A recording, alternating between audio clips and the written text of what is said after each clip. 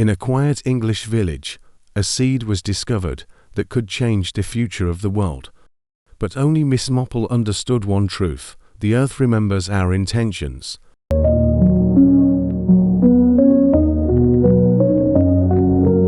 Welcome to the series of Driftaway Tales. I am your host Elias. Let's begin this scientific story. Chapter 1, divided into 5 natural scene parts. The afternoon had the sort of English light that seems to arrive already remembering yesterday, soft, considerate, and faintly apologetic for any excitement it may cause. Miss Marple sat by her window with the post arranged in a neat fan, when a square envelope, ivory and deliberate, resisted being placed anywhere but the top. The hand was not familiar, yet confident. The ink, a botanical green that suggested a vanity rather than a habit. She slit it open with the care one gives to secrets that have clearly rehearsed their own entrance. Miss Marple, forgive the directness. I am Dr. Lydia Reinhardt of the Oxford Botanical Institute. My work concerns temporal genetics, how memory adheres to living tissue. I have cultivated a seed recovered from a meteorite microfragment. It tolerates heat, cold, brine, drought, time. Someone is watching my greenhouse at night. Someone who believes this seed is not a question, but an answer. If you can spare a few days, I would value an observer who sees as gardeners do, which hands have disturbed the soil. Lydia Reinhardt, DPHIL, do come quietly. Miss Marple read it twice over her modest tea. Temporal genetics, a meteorite seed, watching eyes. This was the modern age, certainly, and yet it had dressed itself in the oldest costume of all, a closed circle and a door left open in the night. She rose, folded the letter, and slipped it into her small reticule beside a pencil and a slim address book. We mustn't keep time waiting, she said to the empty room, and the clock, which had been considering a comment, decided to agree. The Oxford Botanical Institute stood behind iron railings, as sober as a thesis, and as hopeful as a seed catalogue. Glass houses gleamed like a row of bottled wethers. The main building smelled faintly of old paper and damp triumphs. Dr. Lydia Reinhardt met Miss Marple at a corridor lined with press ferns. She was mid-30s, spare and purposeful, with a streak of chalk dust on one sleeve that refused to be intimidated by her black dress. Miss Marple, thank you. I wasn't sure you would come. My dear, your letter was both scientific and frightened. One ought never to leave such combinations unattended. Lydia's mouth tugged at a smile, then thought better of it. I'm told you noticed the seams where the truth was stitched into quickly. I've been known to admire careful mending, Miss Marple said. They walked past a lecture theatre where undergraduates argued softly with poster board diagrams of chloroplasts, then into the first greenhouse, an obedient paradise of orchids and annotated vapours. The second house kept temperate species, the third, carnivorous ones with excellent manners. The fourth and final house, its panes filmed slightly from within, hummed like a beehive that had learned electricity. Lydia touched the doorplate.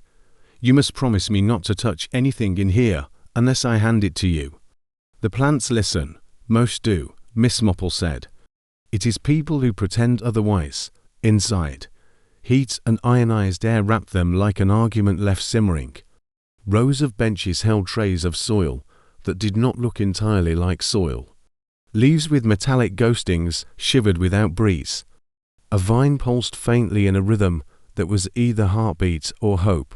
Lights overhead were tuned to a spectrum Miss Marple's bones felt before her eyes accepted. At the centre stood a sealed chamber with a glass lid and glove ports built into the side, more operating theatre than greenhouse. Within lay a shallow bed of black medium, embedded in it, the size of a thumbnail, a thing that was not quite a seed. It looked like a grain of lacquer that had once been melted, then persuaded to remember itself. Around it, a halo of pale filaments glowed as if sketched by an obedient comet. From Antarctica, Lydia said, voice lowered by reflex. A meteorite shard that fractured under thermal stress. We found microcrystalline inclusions that behaved like silica until they didn't. Under hydration cycles, they templated an organic lattice. I added a minimal scaffold of plant proteins. It built the rest. Miss Marple watched the tiny halo pulse 3 times, then a pause. A polite rhythm, she observed, as if it was saying, "Do please notice." Lydia exhaled. "We have catalogue traits: tolerance to salinity, desiccation, low oxygen. A bent toward germinating where conventional tissue refuses. I call it the PO line, protozero. The press, if they ever hear of it, will call it something dreadful like the forever seed." "And you believe someone intends to tell them?" Miss Marple said mildly. "I believe someone intends to sell them," Lydia replied. They walked the aisle. Miss Marple noticed small economies of deception, the way other women notice bargains and extra shoe print where none should be. The ghost of a hand on a dustless rail, a label nudged fractionally outward, as if it had been read and reshelved by a conscience in a hurry. "In the last fortnight," Lydia said, "I've had offers couched as grants. A private consortium led by Sir Roland Keane. He funds innovation with exit velocity. My rival, Dr. Selene Park, believes I'm wasting time on cosmic folklore. Our ethics advisor, Reverend Armitage, wants a pause for reflection. My assistant, Thomas Hale, wants me to sleep. And the housekeeper, Mrs. Craven, wants the electric bill to be less ghastly." "A very tidy circle," Miss Marple said. "One likes a circle. It keeps the truth from escaping accidentally." They reached the far bench. A porcelain mug sat where no mug had business sitting, no stain, no ring, as if it had arrived, hovered, and thought better of leaving a mark. Miss Marple bent, peered at the surface beside it, and with one gloved finger lifted a grain of something green that was not algae and not dust. It refracted like a splinter of glass, then, at warmth, softened like sugar and vanished. Lydia watched her face. "You see, I see someone who forgot how careful he had promised to be," Miss Marple said. "Or someone who wished you to know he had visited, without quite daring to say so." "Hale has a key," Lydia said reluctantly. "Keane has an understanding with the bursar. Dr. Park despises locks. Reverend Armitage would never come alone at night. Mrs. Craven wouldn't step into this heat for the crown." "And you?" Miss Marple asked. Lydia considered. "I used to be afraid of failure. Now I am afraid of success." They took tea in Lydia's office, which had the decent chaos of a mind that keeps its promises. On the desk lay a notebook with threadbare corners. Miss Marple touched it with admiration reserved for objects that had been saturated with meaning. "My lab journal," Lydia said. "If I disappear figuratively, of course you must read it. The later pages are eccentric." "Eccentricity is only forethought in new shoes," Miss Marple said. Opening to the ribbon place, the handwriting was precise. The margins held tiny equations, like polite footprints. A line caught her. Cycle 34, hydration in Fibonacci intervals, pulses echo back before application. Is it anticipating the watering, or remembering a future where it has already been watered? Miss Marple paused. "Remembering futures," she murmured. "That is either poetry misbehaving or science about to get its feelings hurt." "There's more," Lydia said, turning a page. "Whenever we stand at the chamber, the filaments bend toward our shadows. Not to heat, Thomas tested that, but to attention." She looked tired then, a sort of intellectual weariness that no sleep cures. "Plants move toward light. This moves toward regard. It grows faster when watched. Most living things do," Miss Marple said gently. Something on the windowsill clicked faintly, like a bead settling. Lydia glanced up and frowned. "Do you smell pitch?"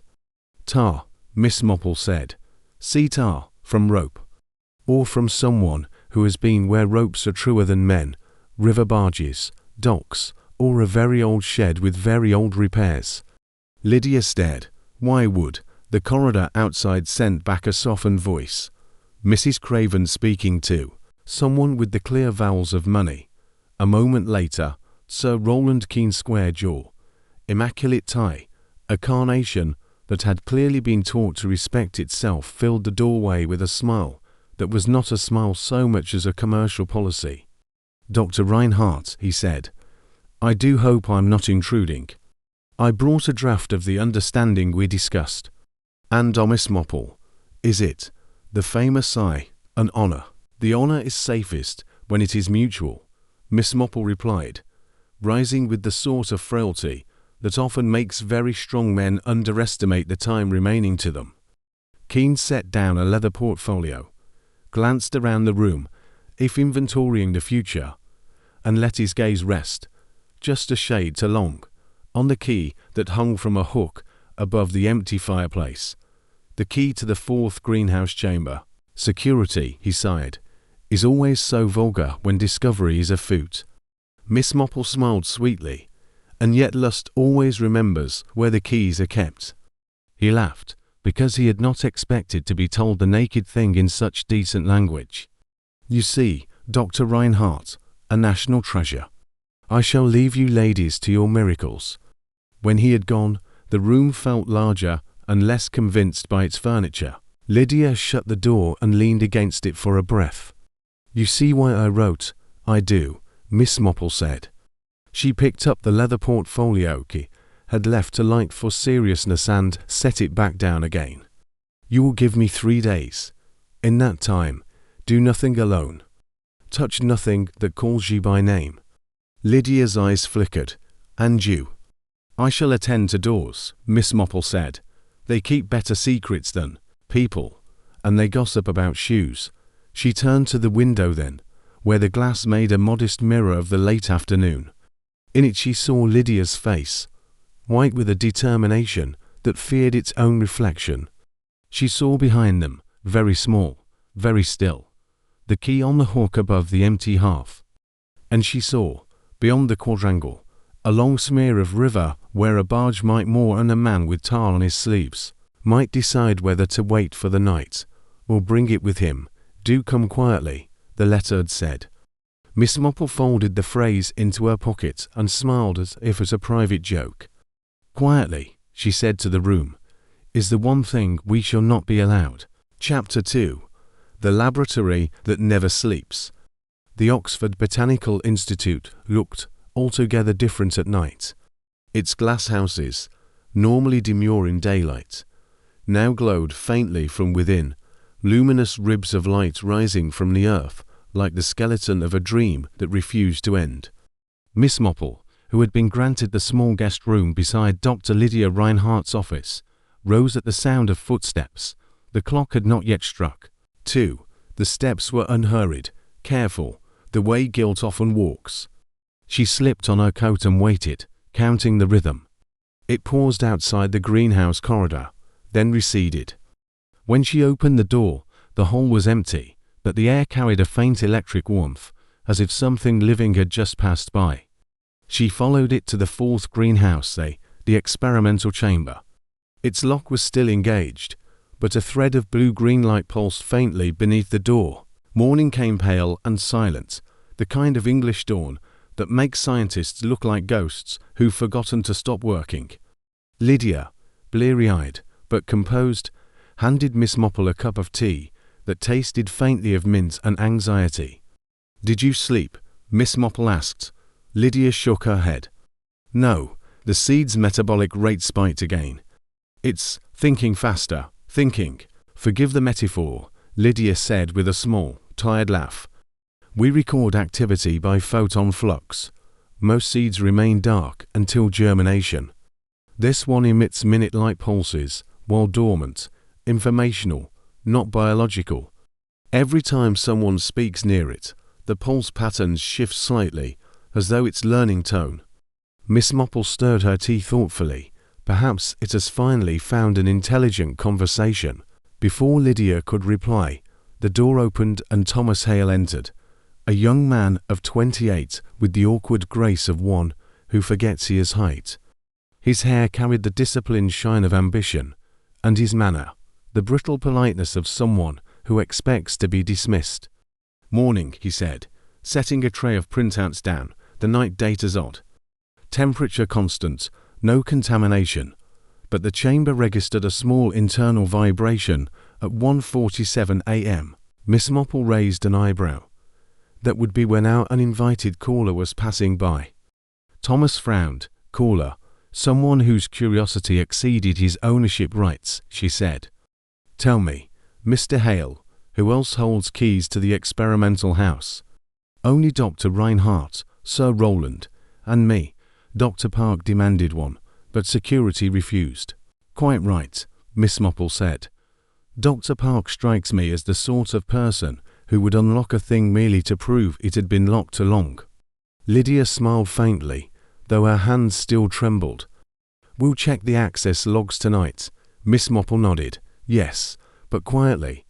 Locks, you know, often tell the truth only when they're not being questioned. Later that morning, Sir Roland Keene arrived, crisp and cheerful, trailing the scent of power and polished leather.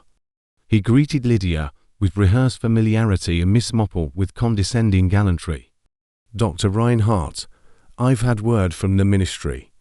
If your discovery is legitimate, and I have no reason to doubt it, they're prepared to classify it as strategic biological innovation.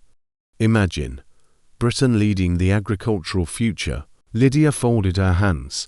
The seed isn't ready for classification, Sir Roland. It's still unpredictable. Unpredictable. He laughed lightly. That's what progress looks like before someone patents it.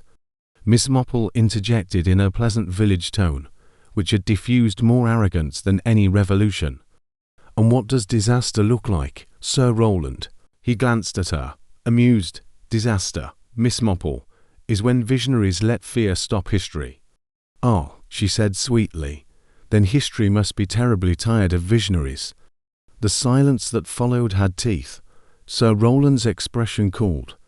I trust you'll continue your observations, Miss Marple, but do remember that Dr. Reinhardt's work is under government protection now.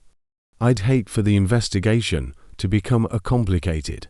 He departed soon after, leaving behind the faint smell of expensive tobacco and something sharper, a man's certainty that the world was his to supervise. Lydia slumped into her chair. He's turning the institute into a fortress. The guards at the gate last night were his men, not ours. And yet, Miss Marple murmured, your seed grows regardless. It seems unimpressed by authority, a rare and commendable trait.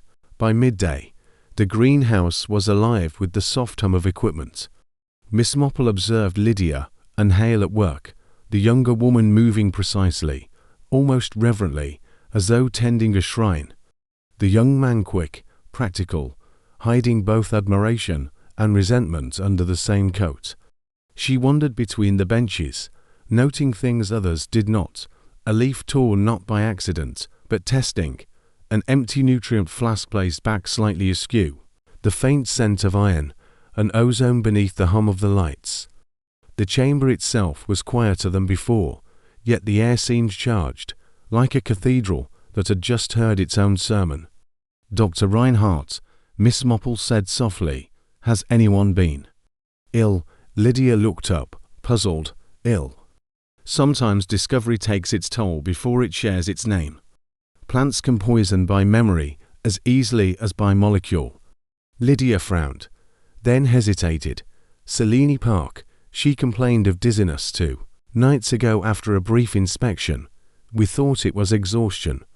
Perhaps, Miss Marple said, but exhaustion rarely hums in the blood. She turned to Thomas.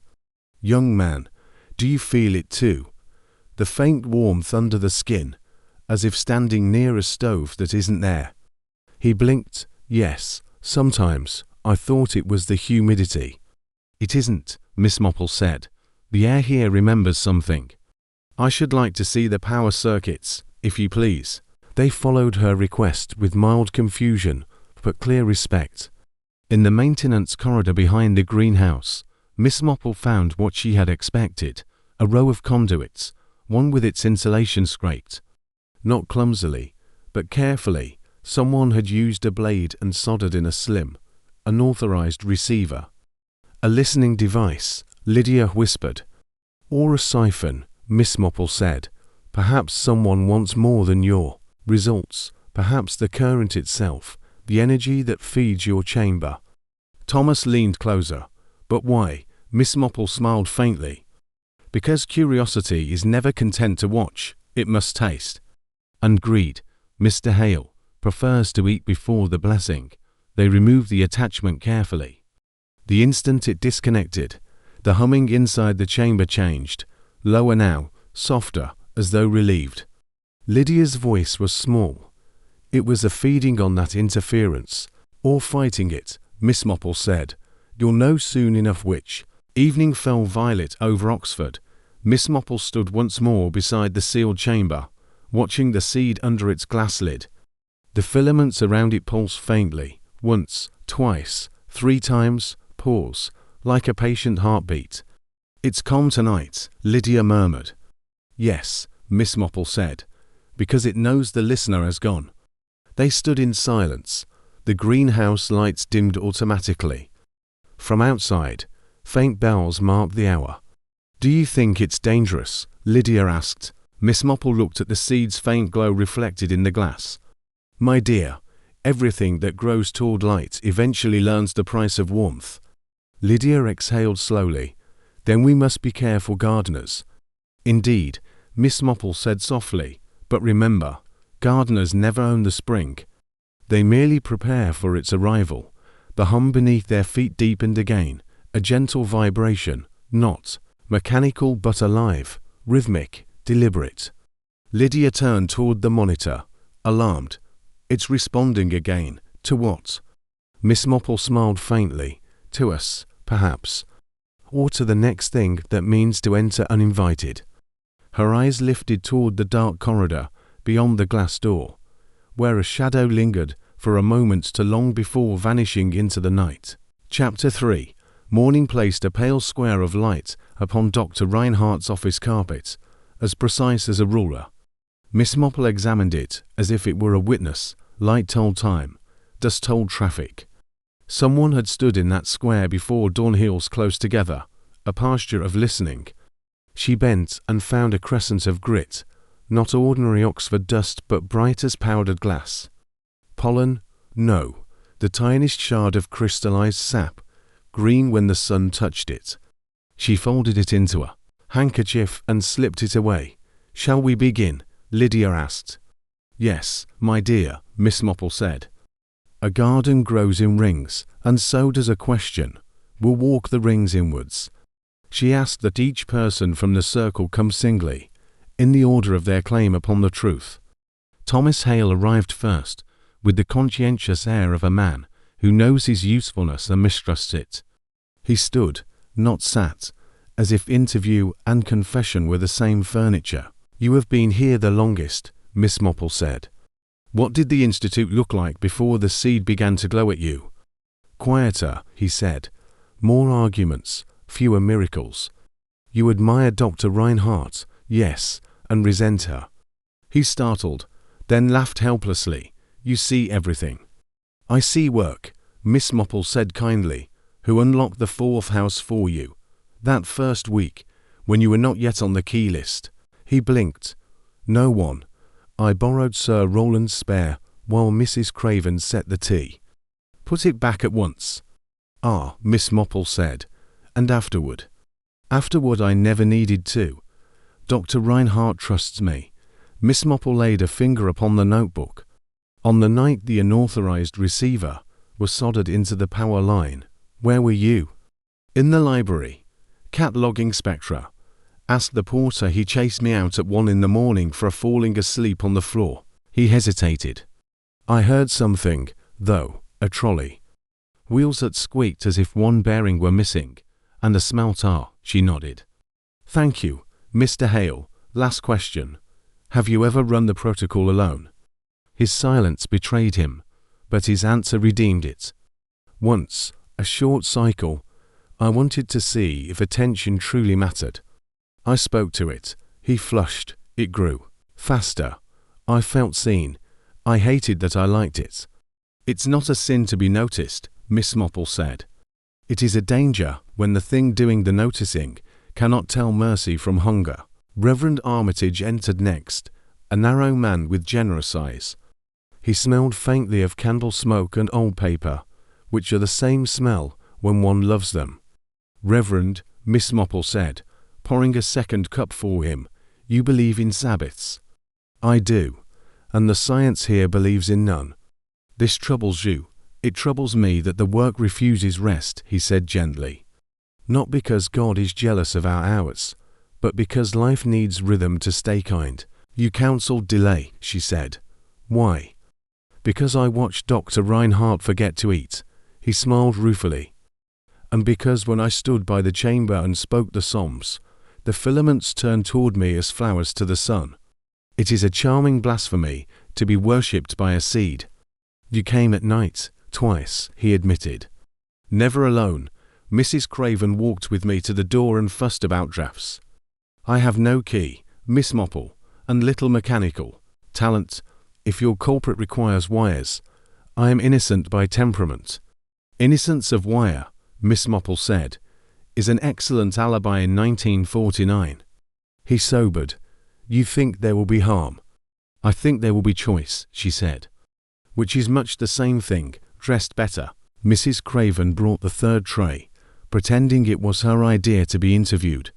She was broad of shoulder, narrow of suspicion for herself, and devoted to kettles, as one is devoted to faithful dogs. "You keep this place upright," Miss Marple observed. "I do," Mrs. Craven agreed. "And I keep an eye on gentlemen who don't know where not to put their shoes." "On the subject of shoes," Miss Marple said lightly, "whose leave tar upon a clean floor? Bargemen, or boys who want you to think they're bargemen.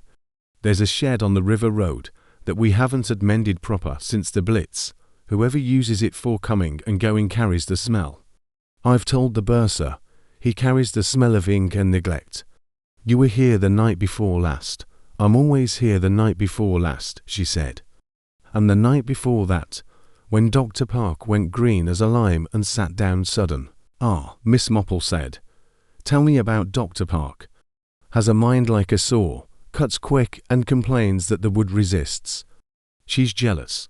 That one. Not the money. Sir Rowland's money has a way of making itself unwanted by honest women. The glory. She wants the paper with her name first and the world second." "And Sir Rowland," Mrs. Craven sniffed. "He wants the paper notarized. And you, Mrs. Craven, what do you want?" "The lights to stop humming in my molars," she said unexpectedly, and went away before her dignity could apologize for her honesty. Dr. Selene Park arrived at noon sharp, trousers perfectly creased, impatience pressed like a flower in a book. She sat without being asked and placed her hands clean, bitten nails, upon her knees as if to demonstrate cooperation. "You dislike me on sight," she said. "That simplifies matters." "I dislike hunger when it confuses itself for a virtue," Miss Marple said, pleasantly.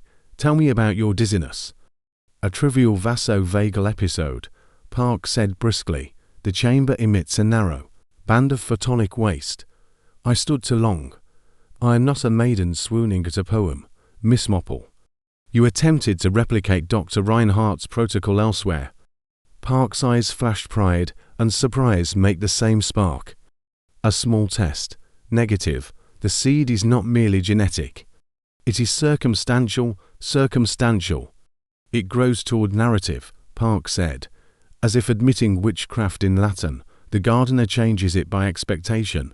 This offends me." "And yet you also returned at night," Miss Marple said. "I came to see the power logs. Keene's men altered them." "I have proof." She produced a strip of copied entries, where numbers stuttered, and then marched in the precise way that forged things do when they hope not to be noticed. "Why would Sir Rowland alter logs?" Miss Marple asked. "To justify a security upgrade that routes all power through his consultancy," Park said. "Then he can decide when the chamber sleeps, control the spring, control the harvest." Miss Marple's smile was small and terrible. "Control the blessing. Sell the rain." Park almost smiled back. "You see, then. I see a woman who resents being beaten to theft by a richer thief," Miss Marple said sweetly. "Be careful which altar you call a laboratory, Dr. Park," Some gods are more literal than others. So Roland Keene came last. Though he claimed to be in haste, he sat as one, accepts a knighthood, then inspected the room for exits that might become entrances under the right legal advice. You have beautiful manners, Miss Marple told him, and the conscience of a ledger. Miss Marple, he said, I am a patient man with an urgent sanctuary. The public starves while the academy dithers. If Dr. Reinhardt's discovery can be guided by false log entries, he smiled, not well. Our technician miskeyed a sequence. Your technician, Miss Marple said, soldered a receiver into the power line. He did not flinch. He is the sort of man who does not flinch, he amortizes. Then you will be pleased we have removed it. You will be pleased, Miss Marple said, that I have seen your boots. He glanced, involuntarily, at his heels. The steel taps were elegant and new, my dear lady. Your heel pattern is uncommon, Miss Marple said calmly. The same print circled the fourth house, avoiding mud with the artistry of a boy who used to sneak in after curfew. Also, tar on the leather welt, the shed on the river road, is convenient for quiet meetings. Keene's face annealed. I represent investors who abhor accidents. We will not have this institute burned down because a brilliant woman forgot to eat. If my men watch at night, it is because we care about the electricity remaining inside the wires and about the key remaining on the hook. Miss Marple said. What key? He asked too evenly. The one you stared at yesterday, she said. It blushed under the attention. He stood. I shall instruct my men not to inconvenience you, Miss Marple. But do not mistake my courtesy for surrender. The future cannot be left to those who write emojis. The future, Miss Marple said, rising with him, tends to resent being handled. He left without slamming the door, which is its own form of violence. When the last voice had faded, Miss Marple sat with Lydia in the greenhouse aisle where the air was warm and smelled faintly of metal and rain. The chamber was dim, the filaments pulsed. 3, pause, 3, pause, a patient syllable from something that refused to be a noun. Well, Lydia asked, so Roland altered logs. Certainly. Dr. Park attempted replication. Certainly. Reverend Armitage witnessed vanity. Mrs. Craven witnessed everything. And Mr. Hale committed the smallest sin, curiosity without permission. And the intruder, all of them, Miss Marple said, and none. The seed has been burgled by attention, but one of your 5 repeated your experiment faithfully, secretly on something other than your meteorite lattice. Lydia stared. What else could mimic it? Miss Marple lifted the handkerchief and let the sun touch the crystal speck within. It flared tenderly green, then softened and was gone. Pollen, Lydia whispered. Not ordinary, Miss Marple said. Structured. The kind Dr. Park described, embedded with frequency. Someone has cultivated a mirror seed not in the chamber, but in whatever shed stinks of tar. The hum we hear at night is not only from your lattice. It is from their garden calling back. She stood, very calm. Tonight, my dear, we shall visit the river road. And if the future truly wishes to be planted early, it will show us which hands have already claimed the harvest. The chamber pulsed again once, twice, thrice as if the seed approved of detective work. Miss Marple smiled. Yes, she said to it, quietly. Chapter 4. The Greenhouse at Midnight. By day the Institute had the tidy courage of science. By midnight it had the audacity of a cathedral that had misplaced its congregation. The fourth greenhouse breathed a low, tidal heat. Glass panes held the night like dark water. Thermometers glowed with the patience of liturgical candles. Miss Marple stood with Dr. Reinhardt just inside the service door, the corridor. Behind them gone to hush, Thomas Hale, carrying a torch, and the nervous enthusiasm of the young, checked the outer locks one last time. No patrols, Lydia whispered. Sir Roland's men left at 11. He said the site is secure by absence. Thomas made a face. I stayed behind to count pipes. Excellent, Miss Marple said. Pipes add poorly when villains do the arithmetic. They stepped into the house proper.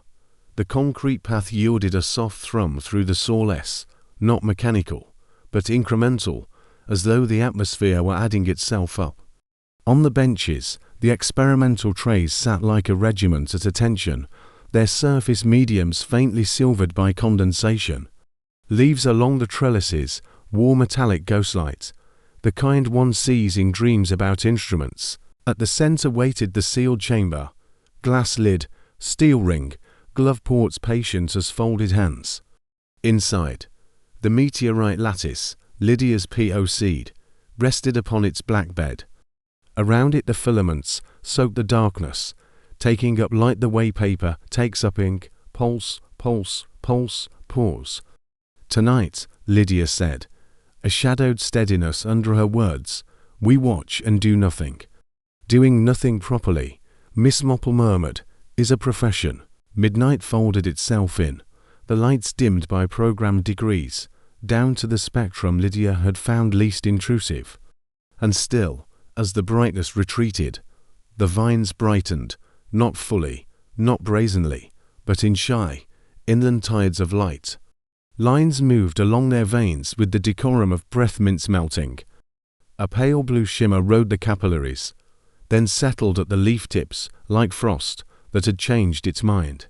Thomas breathed out a sound between wonder and apology. They looked awake. They are, Lydia said simply. She consulted the panel. Ambient stable. No external interference.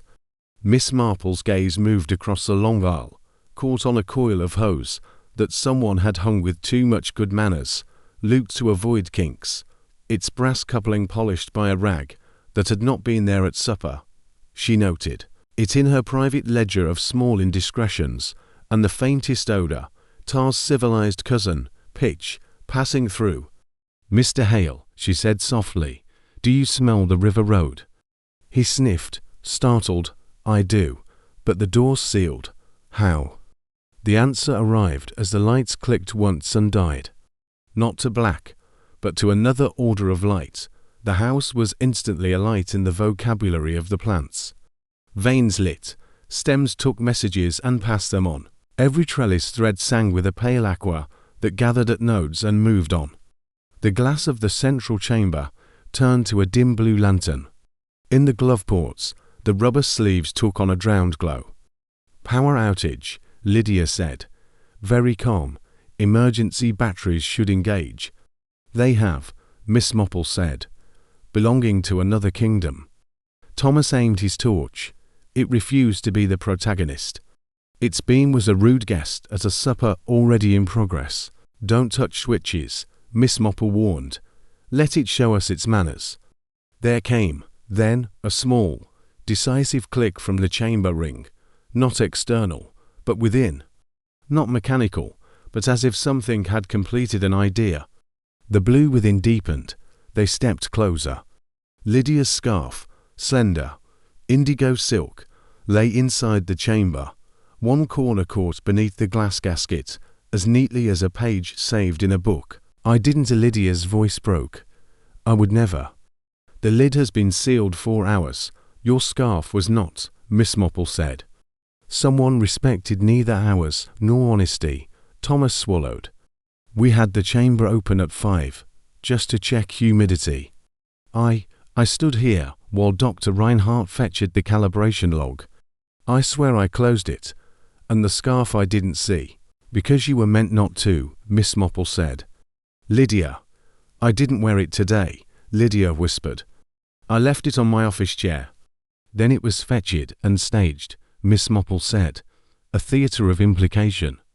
The kind of thing an investor does when he wishes a scientist to doubt her own hands.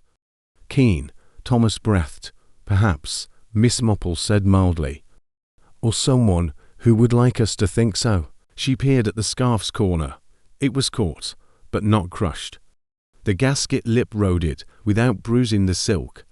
Whoever placed it knew the talk, which glass persuades and steel intimidates. Mr. Hale, she said, you and I shall admire the mains. Dr. Reinhardt, stay. And for mercy's sake, Do not open that chamber, not even to rescue your virtue in silk. Lydia nodded once, as if to a stern tutor whom she loved. The maintenance corridor smelt of warm dust and receding electricity.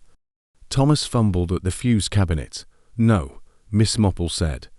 Torch, please. Slowly, he obeyed. The light found the conduit bank.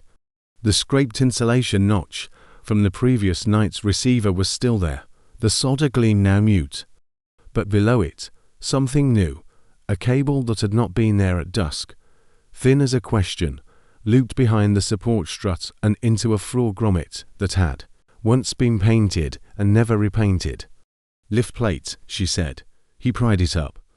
Beneath, a cavity ran under the aisle, a services chase used by installers who trusted future men too much. In the darkness, a shape crouched that was not conduit, a small trolley, rubber wheels, one missing its cap, waiting like a dog that understood only one trick. On the trolley, a battery unit with a forked output and the timing switch wrapped in brown oilcloth. The squeak, Thomas whispered. I heard this squeak. Miss Marple touched the switch. The timer was set for midnight, 38 minutes. An interval to let the plants demonstrate themselves without interruption, then restore the official story. A demonstration for whom? Thomas asked. For a man who wishes to say the lights failed of their own accord, while he watched the chamber do a naughty miracle, Miss Marple said. And then too, declare that only he can keep miracles respectable. They eased the cable free, killed the timer, and rolled the trolley back into its recess. When they returned to the house, the blue had begun to ebb, not to darkness, but to that other grey in which a mind recognizes that it has been seen. Lydia stood exactly where they had left her, hands squeezed into a prayer that refused to choose its God. It moved, she whispered. Miss Marple joined her at the lid. Beneath the glass, the black medium had shivered and drawn back from a central node. A ridge stood there now, low but articulate, the shape a seed makes when it decides the world is near enough. The filaments had gathered, not to the scarf, not to the gloved ports, but to the shadow of Lydia's bent head upon the glass. It grows toward regard, Miss Marple said. As you wrote, Lydia sagged into a small laugh that was almost a sob. If I say that in a paper, they will call me a mystic. If you do not say it, they will call you a liar when they discover it for themselves, Miss Marple replied. Better a mystic with proof than a skeptic with secrets. They stood a long minute together, listening. The emergency systems trickled back to life with bureaucratic shame. White light returned, unflattering and honest. The vines dimmed, the valves ticked awake. Only the chamber kept a twilight of its own, the medium surface faintly corrugated, like a lake that had remembered how to breathe. Fetch your scarf, Miss Marple said at last, but leave it caught. Photograph it first, then free it with me watching. We will note the talk, the alignment, the prints. Thomas fetched the camera. Lydia took to photographs with the careful brutality of a scientist documenting a theft. Then she and Miss Marple unsealed the ring and folded the scarf out like a witness's testimony. Beneath the square of silk, exactly where the weave had rested, the medium bore a faint, crisp map, a negative of the pattern, as if the scarf had printed a thought. At one corner, 3 tiny crescents, arranged, shallow as breath, finger marks, Thomas said. Not human, Miss Marple answered. Humidity marks, condensate drawn to a rhythm. 3 and a pause. Lydia looked as though she had been both vindicated and accused. It listens to the shape of us. Double quotes. Yes, Miss Marple said softly. And someone in this building thought to make the shape unkind. They locked the house and crossed the quadrangle to the River Road gate. Mist had pulled there, the kind that chooses low places and secrets together. The old shed crouched by the towpath, its timber patched in tar-black scars. A barge bell clinked once from the fog, then thought better of congeniality. Mrs. Craven's shed, Thomas said. Everyone's shed, Miss Marple corrected, when they are tired of doors with signatures. She eased a hasp with a hairpin, that had been promoted to locksmith years ago. The door sighed and accepted them. Inside, coils of rope, a handcart, a canvas ground sheet, and, upon a trestle, a shallow tray of earth that was not from any Oxford garden. Salt dust glittered along its lip. A small tenancy of glass jars held liquids in church window colours. On a crate lay a notebook without a name, filled with neat figures in a hand trained to mind margins. Beside it, a gauze scarf, not indigo, but pale sand, carrying a ghost of Lydia's perfume. Lydia put a hand to her throat. "That is mine." "Borrowed," Miss Marple said. She lifted the notebook. The first page, Mirror Trial 3B. Attention gradient successful. Growth accelerates when watched. The last, keen, midnight demo set. Silence after, Sir Roland, Thomas spat. Not necessarily his pen, Miss Marple said. She paged on. The ink dented where the writer pressed harder. Places where some's fought conscience. Halfway through, a single phrase copied out, as if to see if it could be made truer by repetition. The crop that ends hunger, and beneath it, in a smaller, more frightened hand, the crop that ends choice. Lydia looked at Thomas. Thomas stared at the floorboards. "Not mine," he said, very quietly. "I know," Miss Marple said. She closed the book. "This is a place for rehearsals of theft, but the owner of this hand trembles when it lies. We shall find it again upon a different page, a contract, perhaps, or a prayer." From the tray of earth came then a minute stirring, not the easy ambition of a weed, but the deliberate increment of something that has memorized an argument and resolved to win it. A filament lifted, as thin as smoke, and turned toward the doorway where Miss Marple stood. She did not step back. Her gaze was clear and unaduped. "No," she told it softly, as one speaks to a puppy about shoes and eternity. "Not here." The filament wavered, then settled. Behind them, the river made its damp, patient case for a history. "Lock it," Miss Marple said to Thomas, "and tomorrow, bring Reverend Armitage. Some matters require witnesses who can say the word sacrilege without grinning." They stepped into the cool fog again. Somewhere beyond, a bicycle bell rattled, a student late to the luxury of sleep. Lydia drew her scarf tighter, reclaimed from accusation. Miss Marple touched her arm. "Tonight," she said, "we have learned your seed grows toward attention, and your enemies grow toward spectacle. Both are predictable. Between them, we will plant a pause." They walked back toward the Institute, the panes ahead catching the first pallor of morning. In the fourth house, beneath the honest lights, the P.O. seed lay quiet, arranging its small patience, preparing, as all futures do, to mistake the present for softness and be corrected. Miss Marple smiled to herself, a shade foxish. "3, and a pause," she murmured. "Let us see who insists on counting 4. Chapter 5. The Coded Journal. Morning light fell across Lydia Reinhardt's office. The laboratory journal lay open on her desk, columns of figures, watering intervals, annotations neat to the point of self-discipline. Earlier pages wandered freely, later ones tightened as though written under watch. Small ticks appeared along the margins. 1, 1, 2, 3, 5, 8. Fibonacci, Miss Marple murmured. "Yes," Lydia said. The seed responds when watered in those intervals, as if the world were counting. Miss Marple's attention shifted to pale smudges, diagonal across 3 pages. They avoided certain letters' careful pauses mid-sentence. "A hidden pattern, a schoolroom trick," she said. To write truth under the gaze of others, she closed the journal. "Your herbarium drawer H17. What species is filed there?" Lydia blinked.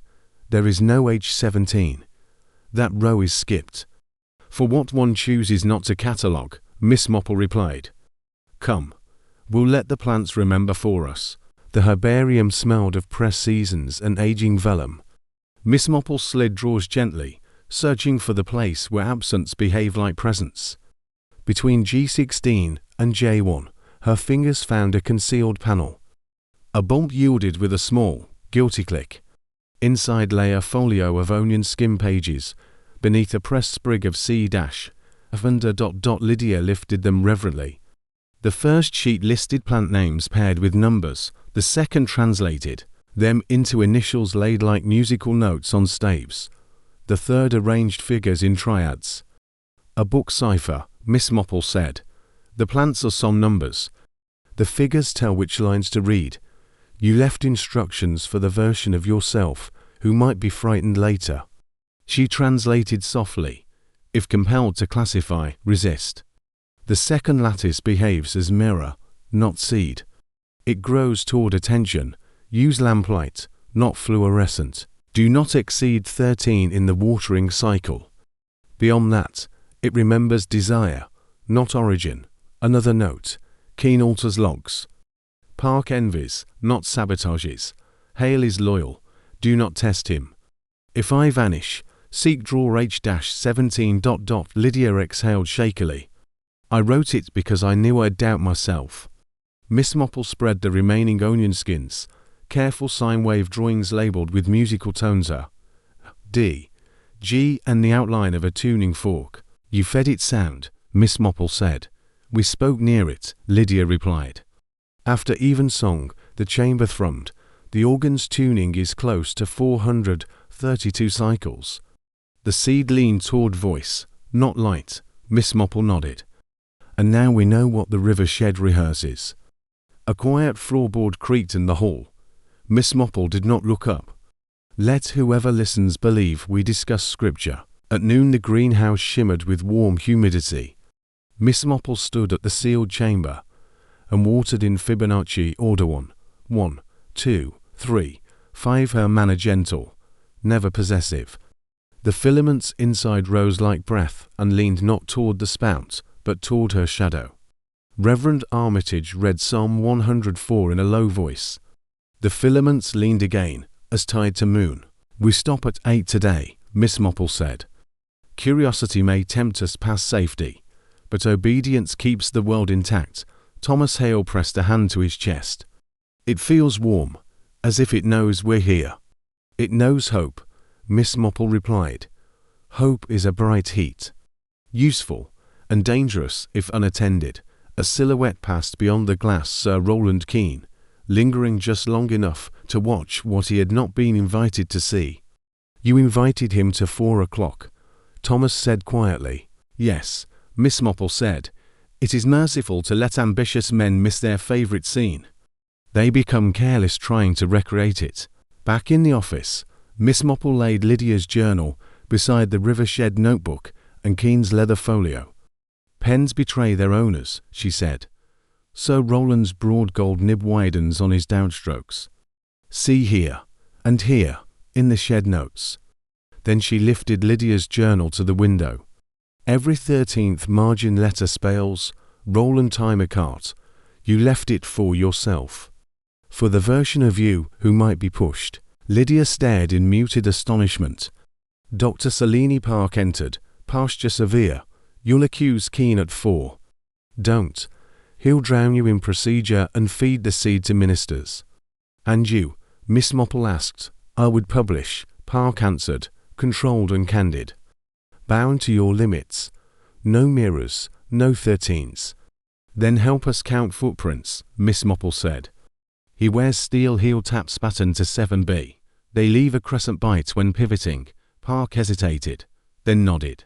Sir Roland arrived at 4 with 2 silent men and a smile-polished 4 committees. Show me what my nation will adopt, he said. Lydia adjusted the lamp. The chamber remained still, already fed, already satisfied. Miss Marple laid the documents in sequence, shed notes, portfolio signature, the coded acrostic. Then she described the heel taps, the tar from the river shed, the circle of 8 precise pivots on concrete. Sir Roland's composure thinned, before denial could bloom. Thomas burst in. The shed, something's growing. They ran to the river bank, fog thickened. The mirror bed had flowered into a low translucent rosette, shimmering with crystalline pollen, drifting like slow snow. A man lay coughing beside it. Dr. Park pulled up her scarf. Do not breathe. Miss Marple stepped to the threshold. "Stop," she said, steady as a bell. "You were being watched without love." The filament stilled. The glitter slowed. The shed fell quiet. Miss Marple turned to Sir Rowland, now small against the river. "4 o'clock," she said gently, "is the proper hour to begin telling the truth." Chapter 6. The man in the garden. The glitter thinned, the coughing eased, and the shed's blue-green luminescence settled into a watchful dusk. Dr. Selene Park bound a handkerchief over the guard's mouth with efficient temper and rinsed his eyes with distilled water from a field bottle. "Surface crystallization," she muttered, "sugar-like, but not. Don't breathe it. Don't touch it. Don't pretend you understand it." Sir Rowland kept very still, which was the most honest posture he had struck all week. Lydia stood just outside, shaken but steady. Thomas hovered, anxious, as if responsibility were a lamp he had picked up and could not set down.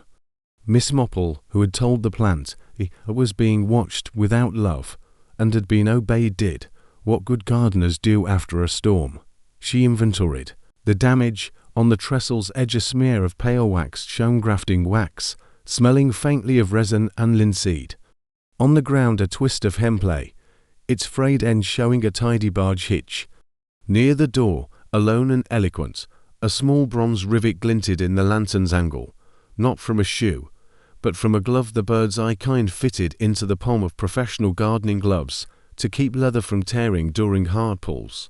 "Not Keen's men," she said softly, a hand used to soil and rope. "Whoever staged the trolley didn't only borrow a shed. He borrowed its habits." Park glanced over. "A groundsman. Or a man who wishes us to think so." Miss Marple pinched up the rivet in a paper twist, pocketed the hemp, and touched the wax with a glass slide. "We shall return this to its owner when we have finished learning from it." They escorted the blinking guard to the porter's lodge, left him with water and scolding, and shut the shed under a padlock that knew it had just been promoted from ceremony to necessity. On the way back along the towpath, four clung to elbows and thoughts. Lydia tightened her scarf. "You spoke to it and it stopped," she whispered, as if fearing the river might gossip. "How?" "I didn't speak to it," Miss Marple said. "I spoke to the room. Everything living in there knows when attention is kindness and when it's hunger. We changed one into the other." They reached the gate. A dark figure lingered by the fellow's garden hedge, a man hatless, coat a thin fur-dew, a pocket torch cupped in careful fingers. He did not look toward them.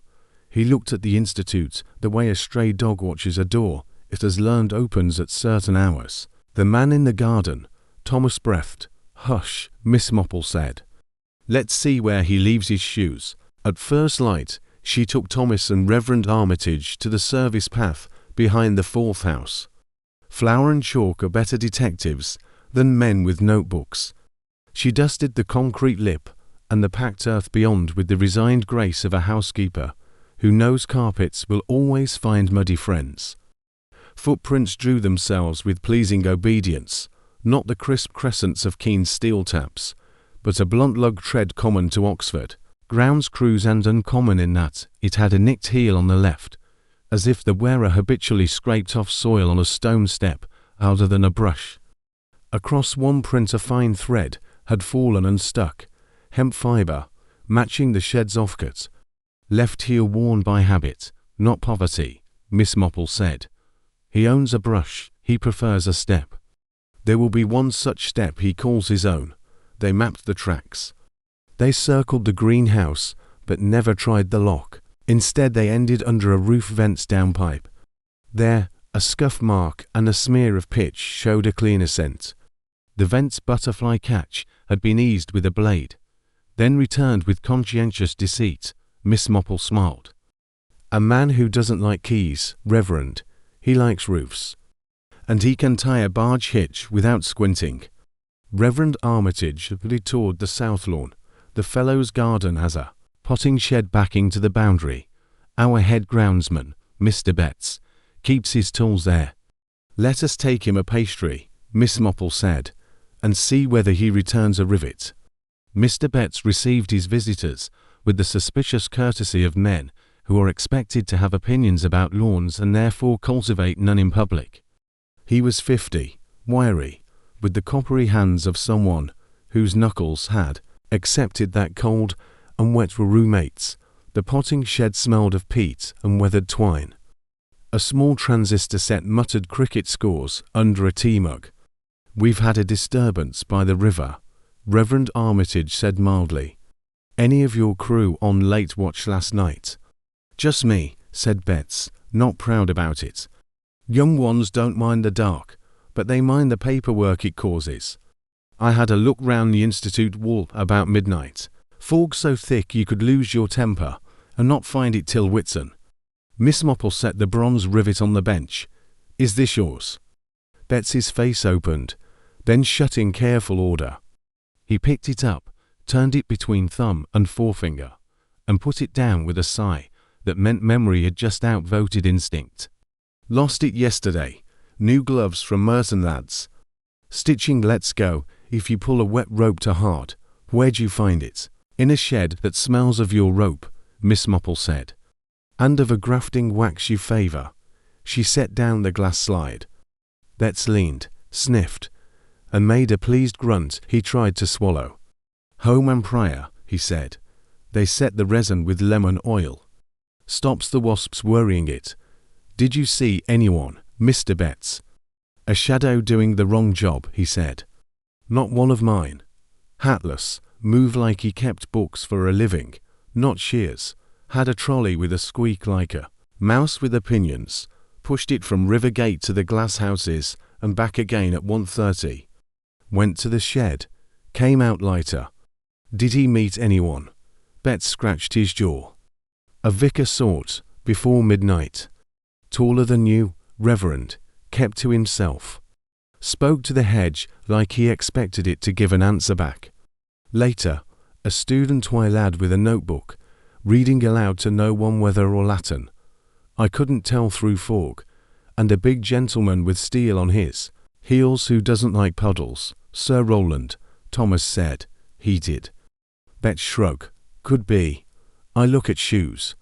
The man who pushed the trolley wore grounds lugs, but not like mine. New, bought for the job. Someone trying on honest feet for a dishonest night."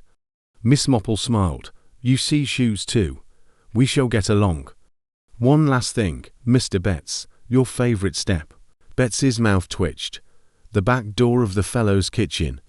Stone's right for cleaning." "Why?" "Because your man has one too," she said. "We'll find it where his left heel says goodnight." Betts reached under the bench, took out a small matchbook, and flicked it open. "Found this by the shed yesterday. Might be nothing. Printed on the cover in tired blue ink, Morse and Daughters, Chandler's Towpath Yard. Tar stains made punctuation where the printer had not bothered. Evening brought with it the loiterer at the hedge. He came early, perhaps to measure the dark more generously." Miss Marple set her little trap with the kindness of a schoolmaster planning to catch a boy cheating without ruining his appetite for homework. She asked Reverend Armitage to take the psalter and walk the fellow's path, reading in the low pitch that had moved the chamber's filaments. She stood at the service door and let lamplight spill to the gravel in a way most men's curiosity cannot bear. She laid the hemp twist where it would be noticed by one who had missed it. She placed the bronze rivet on the step where a left heel came to confess each night. He came as men do when they intend small crimes for large reasons, out of fog, into light, pasture humble, eyes busy. He wore a tan coat, college porter's cap, grounds lugs to new to be his Betts's diagnosis and gloves with one rivet missing on the right. He bent, scooped the hemp, pocketed it by instinct. His heel found the rivet and paused. His head lifted a fraction at the Reverend's low psalm. He was neither thug nor clerk. The careful, mildly frightened competence of a man paid to make other men's plans physical. "Good evening," Miss Marple said, as one greets an old friend who has borrowed a rake without asking. He straightened with a flinch, then arranged a smile that had passed probation but not yet been confirmed. "Ma'am, I'm night maintenance." "Indeed," Miss Marple said. "You've brought your own gloves. How economical of you. I do hope the lemon oil in your wax does not trouble your appetite." He met her gaze and understood at once that pretending would make a worse story. "Look," he said. "Hands open. I'm the cartman, no more. Timer on, timer off, in and away." The gentleman with the steel heels said it was to keep the budget honest. "I don't know from budgets." "I know rope and doors and river sheds," Miss Marple said.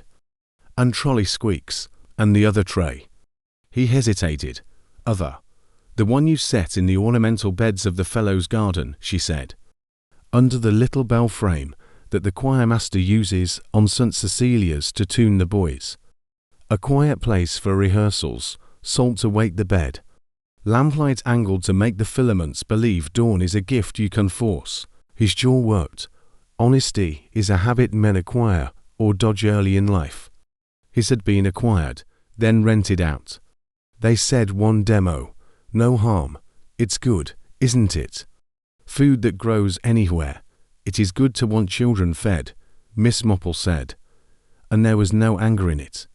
"It is not good to teach a crop that people are merely heat and noise. When it is angry later, you will say you didn't know who taught it that." Behind her, Thomas and Lydia kept very still. Reverend Armitage's voice went on, the sombre low rope across the dusk. The man looked at the lamplight and considered the future as if it were a bill overdue. "Will you tell the police?" he asked. "We will tell the truth," Miss Marple said, "and ask you to help untie the knots you tied. Begin with this, who set the time." "Keen's clerk," he said promptly. "Tall fellow, cigarette always on," said Mr. Keen. "Doesn't like to be surprised by miracles. Likes them at half past. And who brought the second tray?"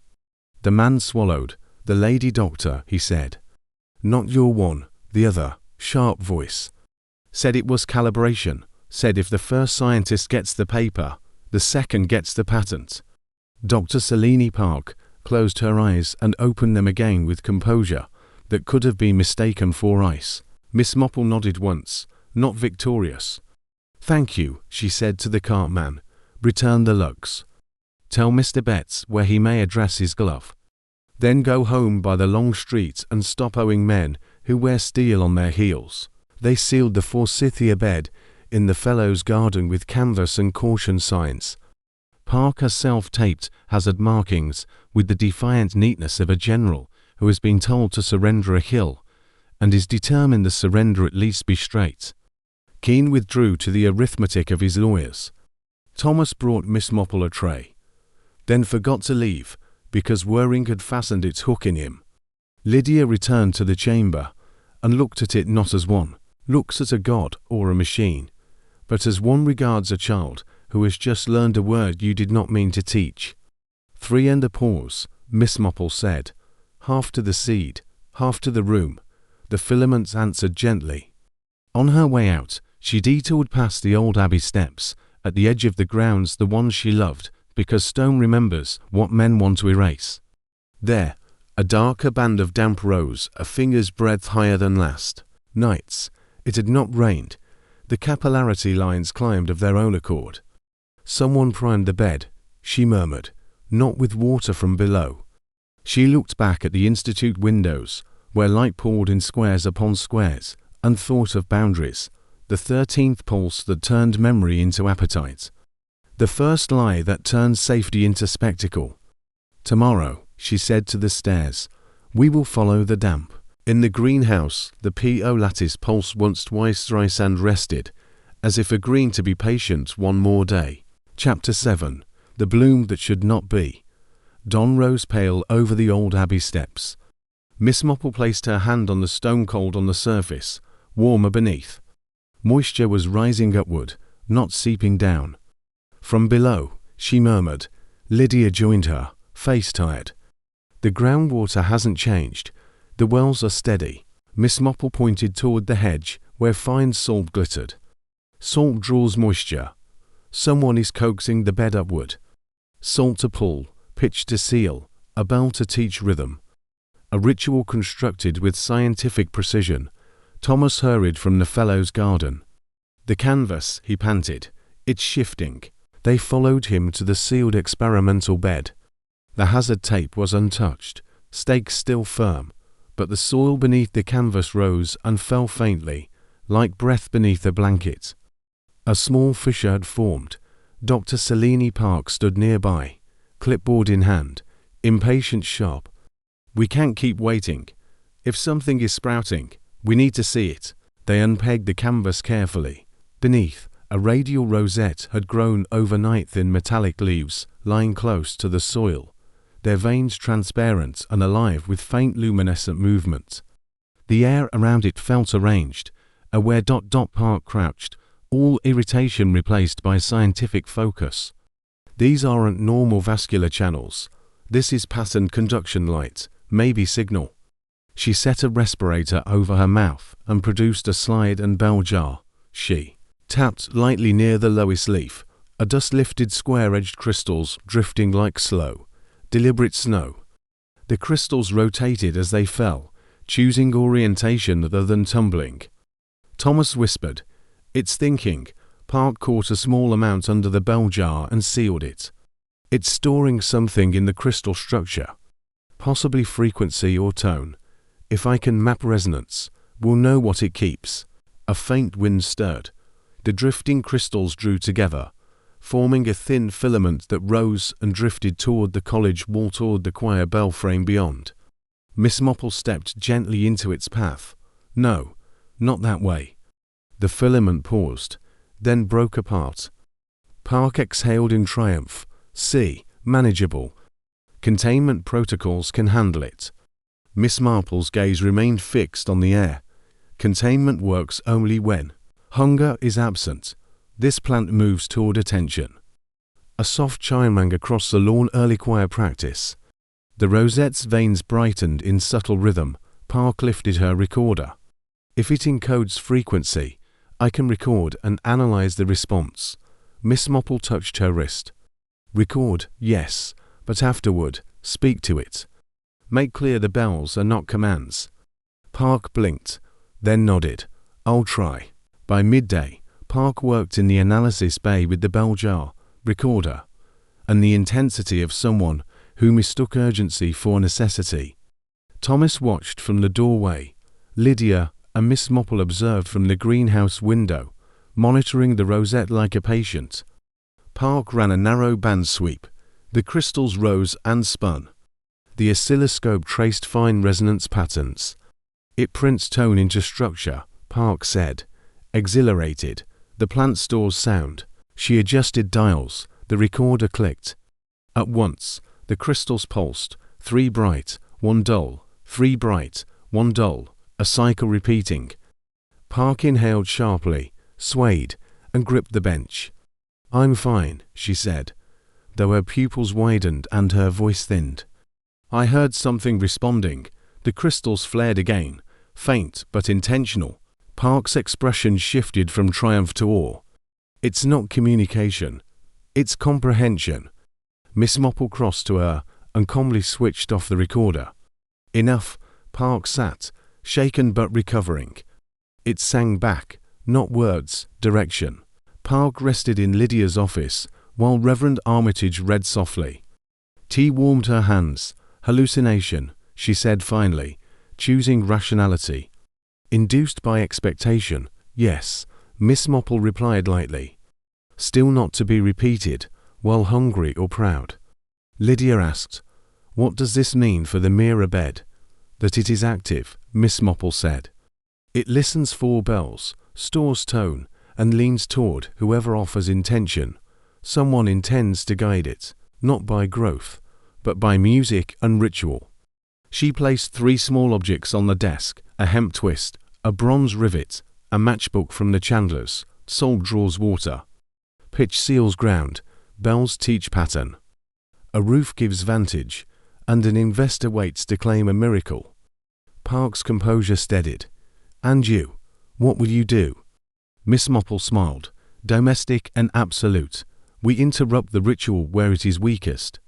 Not the bell, nor salt, nor shed. We end the regard." She stood, reverent, Bring your psalm but read in silence. Lydia, warm the lamp softly. Thomas, ask Mr. Betts to watch, who cleans their shoes at dusk. She looked toward the garden. Tonight, we will teach the bloom that should not be to stop performing for us and simply remain a plant. Chapter 8. The Pattern of Voices. Dusk settled gently over the Institute, turning its windows into small squares of gold against the blue. In the fourth greenhouse, Lydia adjusted the lamps to a low amber that warmed without suggesting growth. Reverend Armitage stood with his psalter closed and his lips moving silently. Thomas dimmed the corridor lights until the room seemed held in a respectful hush. Miss Marple placed 3 chairs at the edge of the sealed chamber. The filaments around the P.O. lattice pulsed softly 3 slow beats, then stillness. "Attention off," Miss Marple whispered. "We observe without wanting." She and Lydia sat with quiet, inward posture, no anticipation, no invitation. Reverend Armitage breathed his psalm into the air without sound, letting meaning settle rather than press. Gradually, the filaments loosened. The faint glow thinned into something close to sleep. The air itself seemed to relax. Thomas, watching from the doorway, mouthed, "It's resting." Miss Marple nodded. "Good. Let the plant forget we exist." 10 minutes passed in patient uneventfulness. When the rhythm became ordinary rather than extraordinary, Miss Marple opened Lydia's notebook and wrote one word: rest. Nothing more needed to happen. That was the triumph. They moved to the analysis bay. Dr. Selene Park, restored in color but not entirely rid of her pride, stood beside the bell jar containing the captured crystals. The oscilloscope displayed a calm baseline. "We proceed," Park said, slowly. She adjusted the recorder to a narrow band they had mapped before, leaving long intervals of silence between tones. At 432 cycles, the crystals shimmered faintly. At 216, they gave a polite flicker. When the silence stretched, they dimmed of their own accord. "It attenuates when not encouraged," Park said, note-taking quickly. "That means we can let it rest, not teach," Miss Marple corrected. "We permit rest. Teaching assumes mastery." Park tried a soft measured pattern. 3 tones, a pause, 3 tones, pause. The crystals rose slightly, hovered, then settled. She repeated it once, then fell silent. The crystals dimmed without command. Thomas brightened. "We've let it become bored." Reverend Armitage smiled. "Boredom is peace without pride." Lydia leaned closer. "It stores tone as geometry, but it also remembers behavior. If spoken to with gentleness, it retreats easily." Park couldn't resist testing a boundary. She placed the microphone near the bell jar. Lydia spoke first, her voice calm. "Hush now." The crystals listed gently toward her voice and steadied. Park added, "Crisp and clipped. Grow." The crystals flared sharply, their angles hardening. They reflected command, not understanding. Park flinched. Miss Marple had expected this. "Language has temperature," she said. "Cold command heats response. Warm tone allows release." In the garden path outside the greenhouse, evening footsteps whispered. Mr. Betts approached in his unobtrusive, unimportant manner, the exact kind of presence that noticed things. "You were right," Betts murmured to Miss Marple. The kitchen step left heel scrapes there every dusk. Clerk with the cigarette came with a satchel. "Left without some of it." Miss Marple nodded. "Thank you. You listen where others perform." Betts tipped his cap. "Pitch tins from Morse and Daughters delivered to the shed." "Thought you'd want that. Inside." Lydia sat before the chamber, watching the plant's quiet breathing. Thomas lingered, caught between vigilance and fear of disturbing peace. "Shall we test?" he asked softly, gently. Miss Marple answered. "Only suggestion, never instruction." Reverend Armitage formed a single silent line of Psalm 23. "He maketh me to lie down in green pastures." The filaments stirred and settled again, as though reclaiming the memory of peace. Lydia's eyes shone. "We can form a protocol. Rest cycles, silent cadence, no 13s, controlled approach. Publish the courtesy, Miss Marple said, not only the equations. Otherwise clever men will skip the part that prevents ruin. A figure appeared in the corridor, a thin man with a cigarette and a borrowed face of innocence. Miss Marple addressed him before he could invent his excuse. The satchel. If you please, you removed items you were not meant to understand. He hesitated, then handed it over. Inside were a tuning fork marked for 132, a coil of wire, and a folded schedule titled Demonstration Sequence 1630. Tell Sir Rowland, Miss Marple said evenly, that his miracles are now observing visiting hours. Sir Rowland arrived at 4:30 with the air of a man prepared to unveil greatness. His heel taps announced him with practiced authority. He found no spectacle, only a rested chamber, quiet scientists, and Miss Marple holding his satchel. My demonstration, he began, occurred, Miss Marple said. Without witnesses hungry for power, she handed him the satchel. Your clerk misplaced this. It contains influence, disguised as instrumentation. Lydia stood steady beside her. The seed grows toward attention. It reacts to command with escalation. We can document the difference between nurturing and coercion.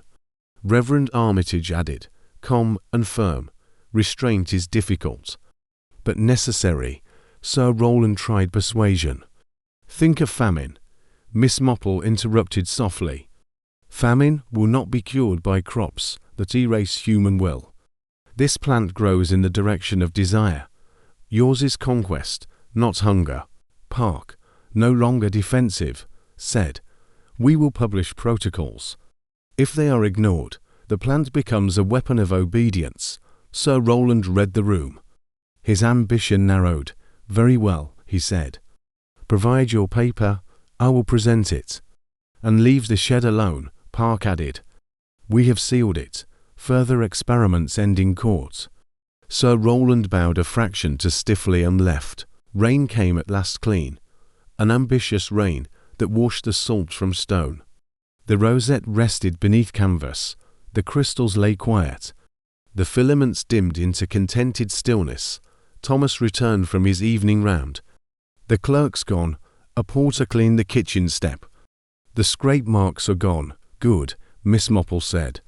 Stones speak less when they are believed. Park looked up from her notes. The pattern 3 pulses. Pulse appears. Everywhere. In the plant. In the bells. In the psalm. Even in the way Sir Rowland walks. Or perhaps, Reverend Armitage said, we have remembered how life counts. Miss Marple laid her fingertips against the chamber glass.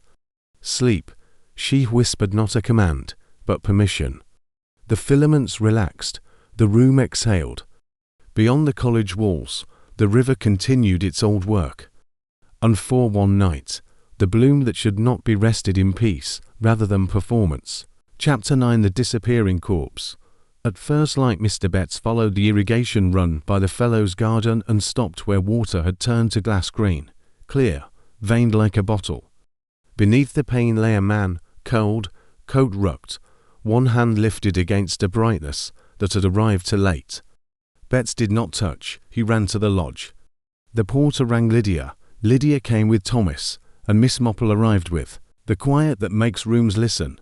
They stood over ripples set 3 and pause, 3 again, as if the last traveller across the trench had been a song. The clerk, Thomas said, rolled cap in the mud, cigarette habit extinguished. Through the pane, a ministry badge winked a name not yet used to death. Police, Lydia began. Yes, gently, Miss Marple answered. Reverend Armitage, fetched from early prayers, stood back with practised gravity. Doctor. Selene Park knelt, tapped the pane, and it sank. Electrovitrification, she muttered, already measuring the peril of curiosity. To pace his back, Miss Marple said. Excitement is a loud instrument, she examined without haste. Salt dusted the trench edges, fresh pitch sealed the culvert gate. From below, she murmured, recalling the abbey steps climbing damp, the ritual of brine and bell. Park set her recorder down at Miss Marple's look. No playback, Park agreed, jaw tight. Sir Roland Keane arrived with 2 men equipped to carry consequences. He arranged sorrow, tragic but a drainage matter. Seal the area and await the ministry. Seal the area, Miss Marple repeated, appropriate. He is already sealed. The glass swelled minutely over the clerk's knuckles, as if water had risen to meet a last gesture. Between the ripples, square crystals drifted, bright motes turning like cards considering odds. The air itself held a low tone, to deep 4 ears untrained by recent days. The hum, Lydia whispered, 3 and a pause, Reverend Armitage said. A far quarter peal began, innocent as habit. The pane trembled in reply. No more sound, Miss Marple ordered. Thomas Porter, please, a quarter hour of silence from the tower. Tell them the garden is praying. The sacristan consented.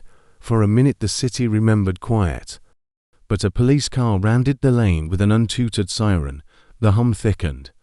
The green plate shivered, rephrasing its sentences. Phase shift, Park breathed, back from glass toward water refusing to be only water, Miss Marple said. The pane softened. Underneath, the coat sighed, rose, settled. We must get him out, Thomas whispered. Not we, not now, Miss Marple answered. The siren died at the gate. A brave constable hurried over and met a sight his training hadn't furnished. Stand back, wheel. The pane liquefied in a single breath. A bright flare passed where the lifted hand had been. The air wrote itself in square snow. Drifting down, the trench became water again. No body. The coat collapsed, the badge gaped empty. Silence useful, shocked returned.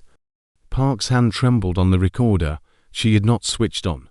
Lydia covered her mouth. Sir Roland borrowed his earlier line, tragic. At the lip, a shard remained, a small green curve called, before it could change its mind. Inside it lay the imprint of a seed, ridged and spiraled, delicate as a fossil pressed in sugar. Miss Marple lifted it on a leaf label into an envelope. Memory, she said, almost fond, fastidious as ever. They did what rooms require when events refuse sensible names. Names were given: clerk, ministry, satchel, matchbook, rivet, cart. Statements were shaped and filed. Photographs captured innocent water. Park wrote, phase inversion, transient vitrification under resonant excitation, defensive closure. Thomas, newly acquainted with the limits of youth, sat grey at the greenhouse door. Lydia brewed tea she forgot to drink. Reverend Armitage spoke the words for the unburied dead, trusting God's ear for the stubborn. Miss Marple examined the kitchen step, a fresh scrape, not clerical polish, but blunt-lugged. She found the cartman at the river gate, cap in hand, eyes raw. I didn't, he began. I never. You pushed a trolley full men who like keys they haven't earned, Miss Marple said gently. He died for a pattern. Salt primed, pitch sealed, bell taut hand when fear's siren came. The bed remembered and shut. I saw him at dawn, the man whispered. He called it beautiful and his. I went to fetch Mr. Betts. When I returned, he was under glass. You'll tell the police, Miss Marple said. Then take a longer road home and be kinder to steps. Back in the bay, she set the shard under the microscope. Lydia bent, eyes wet with something not grief yet. A seed, she breathed. Not his, Miss Marple said. Hers. The bed signs its work when it closes a page. In the afternoon, she gathered the circle: Lydia, Park, Thomas, Reverend Armitage, Mr. Betts and, to complete it by contradiction, Sir Roland. The room smelled of steam, unwet rope, the air of a place that had learned a new rule. A man is dead, Miss Marple said. We reduce eloquence to use. He died because of ritual salt, pitch, bells, attention without love, timers for applause has trained water to remember and to shut. Today it shut not to murder, perhaps, but to refuse an audience. We will honor both refusals, ritual, Park countered. I call it protocol abused. 2 names for the same barefoot road, Miss Marple said. Dr. Reinhardt, publish manners with metrics, no 13s. Rest cycles, silence between tones, lamps that warm without promise. Print do not compel, where men prefer do not delay. Sir Rowland attempted benevolence. You cannot stop adoption. Hunger. Hunger is not fed by obedience or glass, Miss Marple said.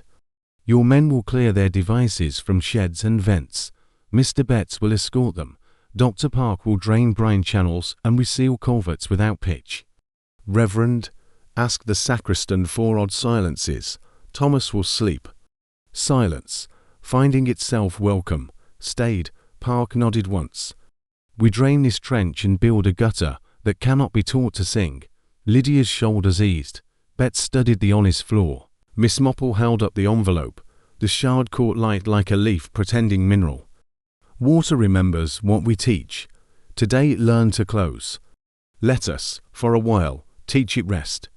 Rain began like a page turned carefully. The trench accepted it. In the fourth house, the filaments pulsed once, twice, thrice and, then did the rarest, hardest thing under expectation. Nothing at all. Chapter 10. The Mirror Seed. Rain worked at Oxford all morning, rinsing the last intensity from the grounds. The trench lay dull and ordinary now. The P.O. lattice in the fourth house rested. Miss Marple, having slept and arranged her morning with deliberate calm, found Thomas Hale waiting at her door. I need to tell you something, he said, voice steady only because it had run out of ways to tremble. Good, Miss Marple replied. Truth is a staircase, best to keep climbing. Inside the office, he spoke quickly. I made a copy. Not the meteorite seed, never that. A scaffold, a negative control, to prove uniqueness. I built it from plant proteins and silica, matched to Lydia's watering sequence. It did nothing until I spoke to it. When I did, it rose, slowly, toward me. He looked at the floor. I locked it away. I told no one. 2 weeks ago, the key was gone. I found the tray in the fellow's garden, salted and tuned. I thought Park borrowed it, or Keen's men. And when the rosette appeared, he drew a breath. It grew on my scaffold. Miss Marple nodded, not surprised, only recognizing a door that had already existed. Where is it now? In the service cupboard behind the greenhouse, he said. I hid it again. I told no one, not even Lydia. You will tell her now, Miss Marple said, and then you will destroy it and record that you did. A future that can be owned will be owned. We do not assist the century in that direction. Thomas closed his eyes. I only wanted to understand. So does fire, Miss Marple said gently. It begins in the hearth and ends in the rafters. They found Lydia at the chamber, watching the lattice sleep. Thomas confessed without flourish. Lydia listened, then placed her pencil on the bench. You were wrong, she said. And you are brave. We'll end it. Dr. Park entered carrying spectrographs. End what? My mirror scaffold, Thomas said. We're destroying it. Park's expression flickered hunger, regret, then discipline. Yes, and publish that you did. Half copies become plagues. Sir Rowland's arrival felt like weather turning. Half copies, he echoed smoothly. Why, Mr. Hale's scale makes holes. Miss Marple faced him. Your clerk is dead. Keen's expression tightened by a fraction. A tragedy. Naturally our solicitors. You will write something quieter to your conscience, Miss Marple said. And remove your men from our grounds, now. If he created a viable scaffold, Keen said, eyes brightening on viable, the ministry must evaluate. The ministry may evaluate our paper, Lydia replied. Not our cupboards. Reverend Armitage stepped forward. Sir Rowland, the world is not fed by crops trained to obey bells. Leave us to our work. Keen bowed his practiced, injured bow and withdrew, steel heels marking time down the corridor. In the service cupboard, Thomas unwrapped a shallow tray, black medium, hair-fine filaments, dormant but waiting. No glow, only readiness. Park fetched ethanol. Lydia brought a porcelain pestle.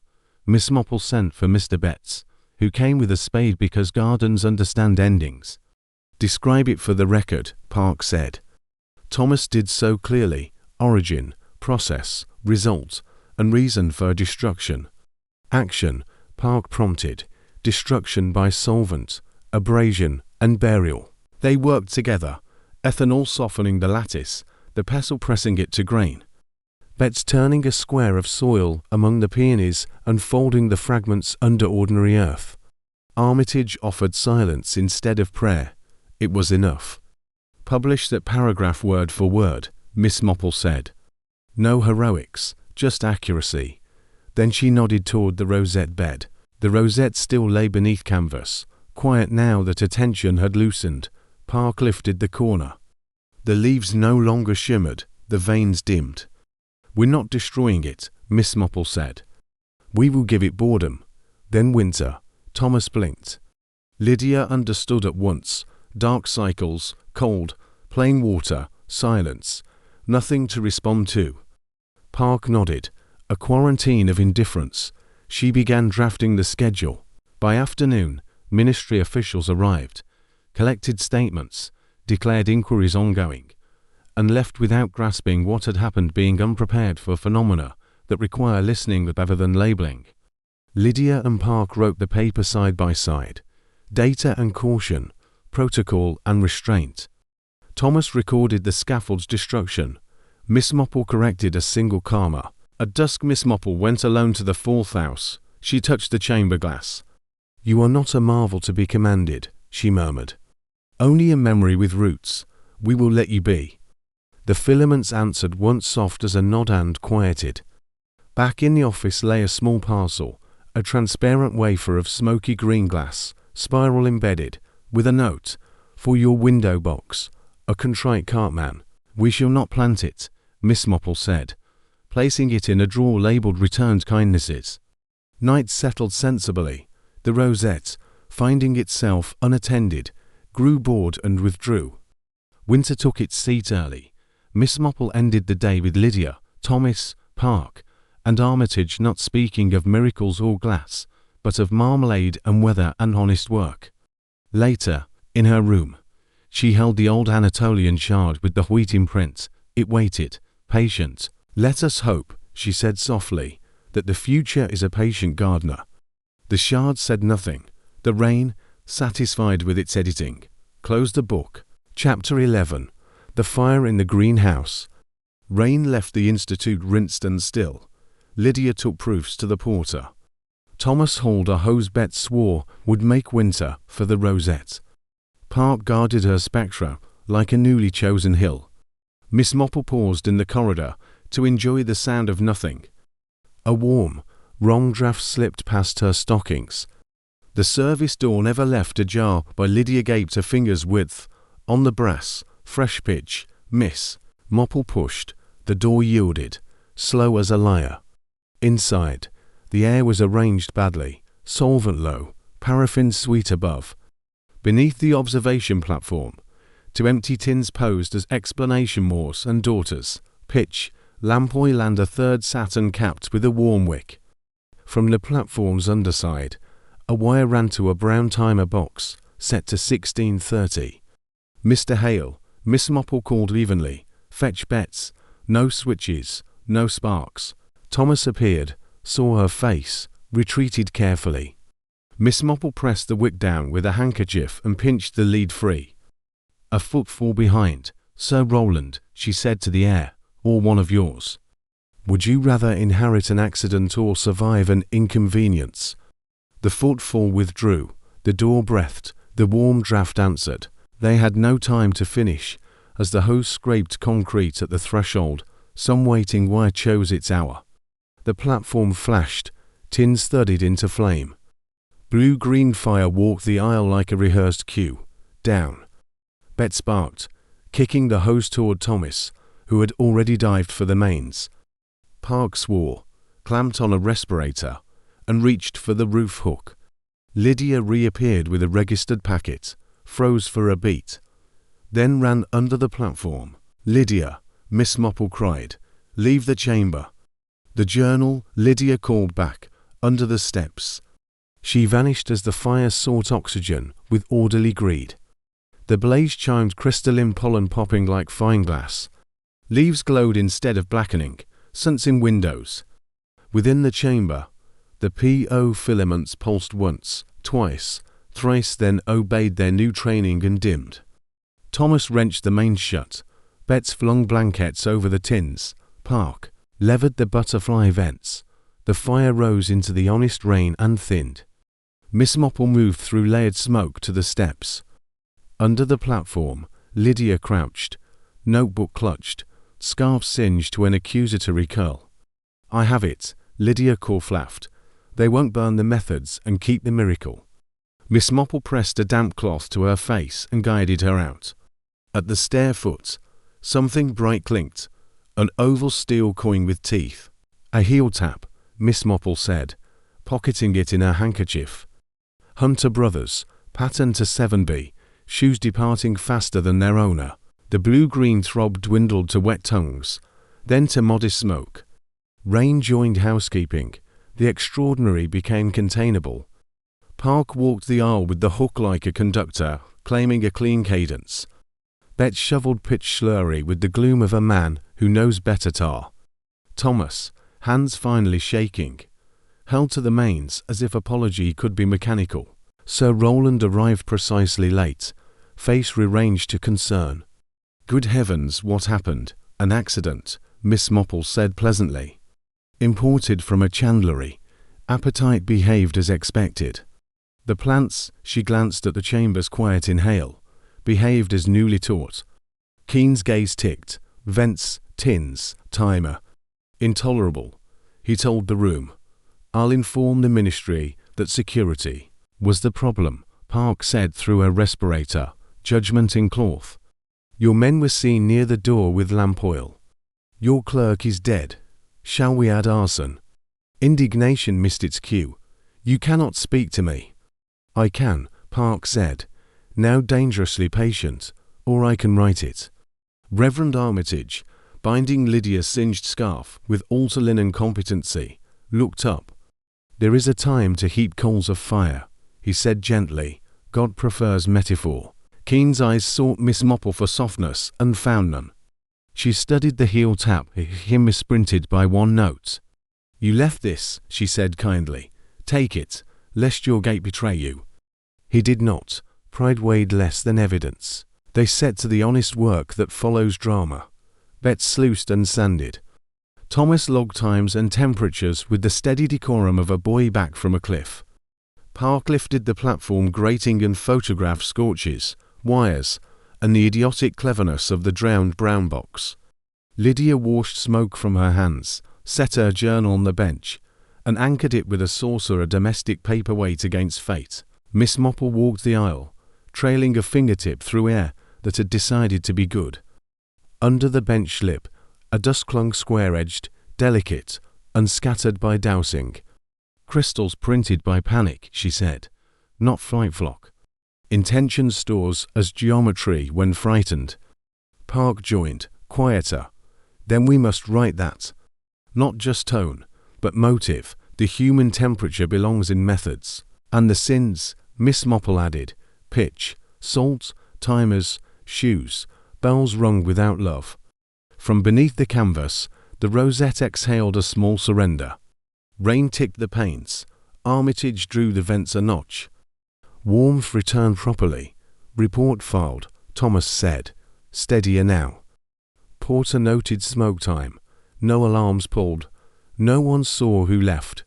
"They never do," Miss Marple said. "Leaving is an art." She set the heel tap on Lydia's blotter, beside a cup ring and neat figures. "Keep it a day. It reminds us our suspect worships punctuality and despises patience."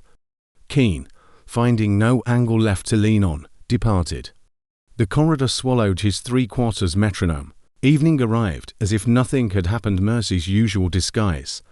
The fourth house, aired and dried, smelled faintly of linen, and a long story finished. Lydia brewed tea that tasted of continued life. Park read her notes aloud like promises to herself. Bet swept the last pitch and checked the vent's contented mouse. Miss Marple tapped the chamber glass. The filaments gave a small acknowledgement. "You learned a new command," she said. "Don't." Thomas laughed, the relieved laugh reserved for children who survive their gates. "Do we sleep?" "For an hour," Miss Marple said. Then watch the steps. A man who leaves faster than his shoes will limp back for his tap. Lovers of precision cannot bear an uneven click. "And if he doesn't?" Park asked, closing her folder. "Then he'll buy new shoes," Miss Marple said, "and bring them tomorrow with a speech about safety. Either way, we keep our hour." Lydia lifted her cup. "Thank you," she said to the room, meaning them all, for not letting them burn the paper and call it progress. "Progress likes matches," Reverend Armitage said. "Wisdom likes rain." They drank in companionable quiet. Outside, night turned its pages with English care. Beyond the panes, the river continued its errands unastonished by fire, unimpressed by men agreeing in its single language that true harvests arrive without applause. Chapter 12. The Confession of Dr. Reinhardt. Night settled with the faint crackle of cooling roofs. The fourth house was quiet. The rosette under canvas lay unremarkable. In Lydia's office, one lamp made a small, patient circle of light. Miss Marple sat with her teacup resting between her hands. Lydia stood by the window, then turned and placed a small cloth parcel on the desk, knotted twice, as if caution could be tied.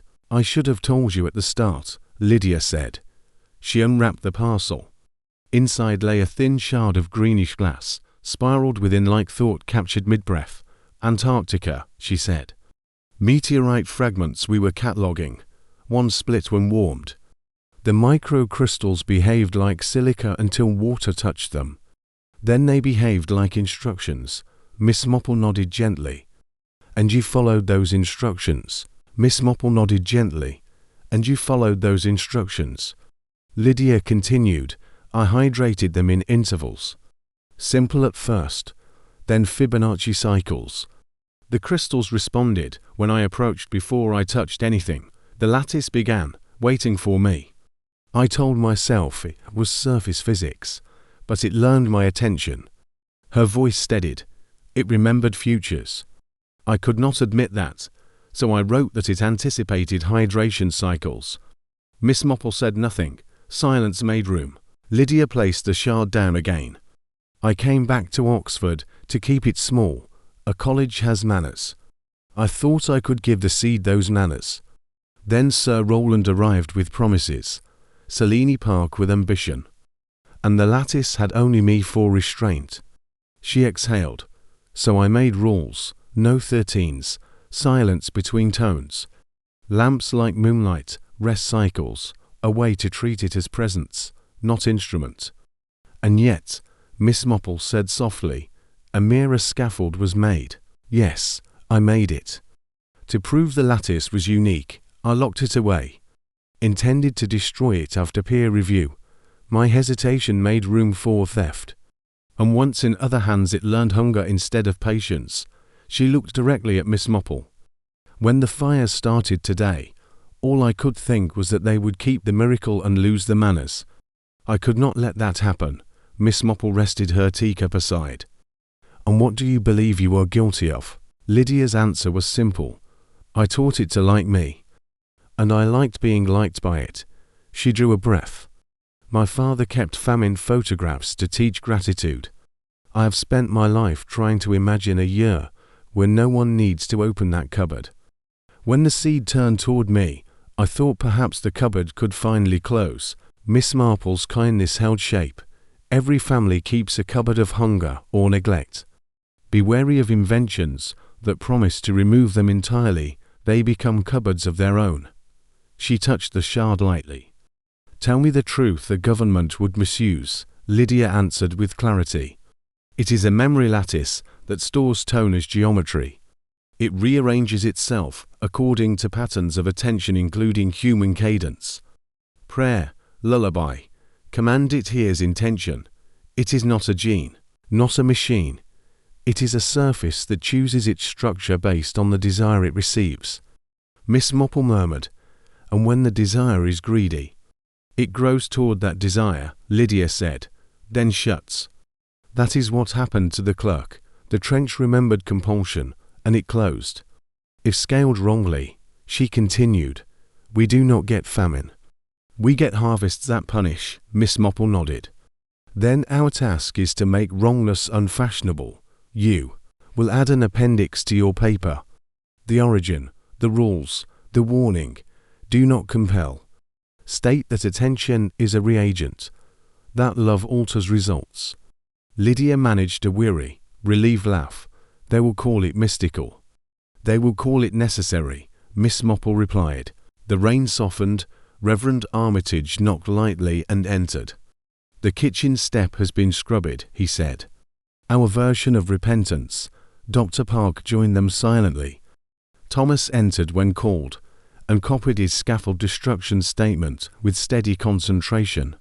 Lydia drafted the appendix. Park added a section titled, Human Boundary Conditions. Armitage suggested phrasing without sermonizing.